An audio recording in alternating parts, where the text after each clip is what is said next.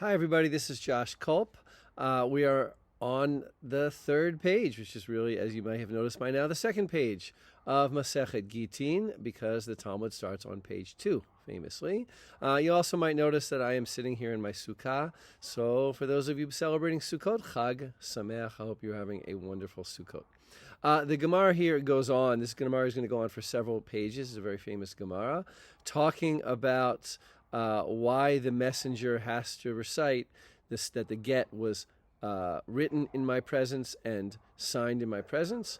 We have the dispute between Rabbah as to why he has to do that, and Rava as to why he has to do that. Rabbah saying it is because we're not sure that the witnesses knew that the get was signed with her in mind, or written with her in mind, or both.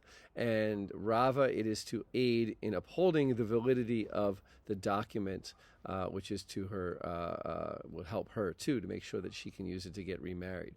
I wanted to just talk briefly about the Mishnah that's quoted over here, and to talk about a kind of discourse that comes up a lot in Masechet Gittin, and that is the idea that a get is pasul, is disqualified, is invalid, and if she were to try to get remarried, meaning she goes to the court and she shows the court that she's divorced and therefore the court should allow her to be remarried, she would not be allowed to be remarried.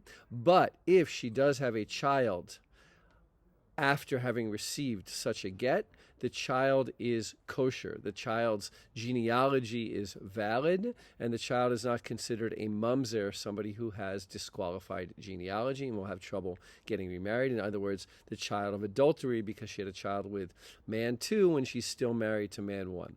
So the Mishnah lists 3 different kinds of gittin that are disqualified, but if she were to be remarried, the child is still a valid child.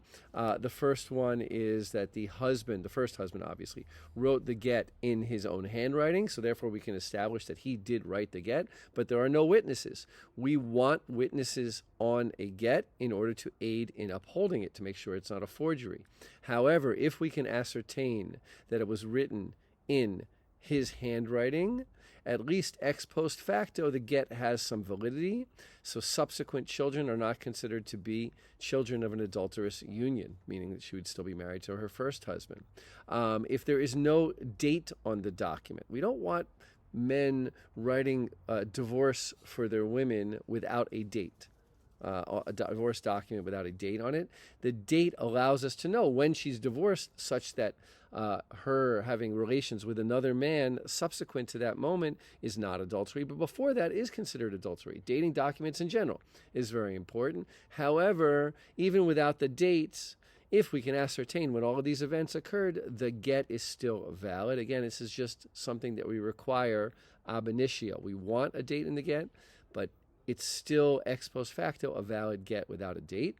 And also, if there's only one witness seems to be enough to ascertain that at least ex post facto there is validity to this get.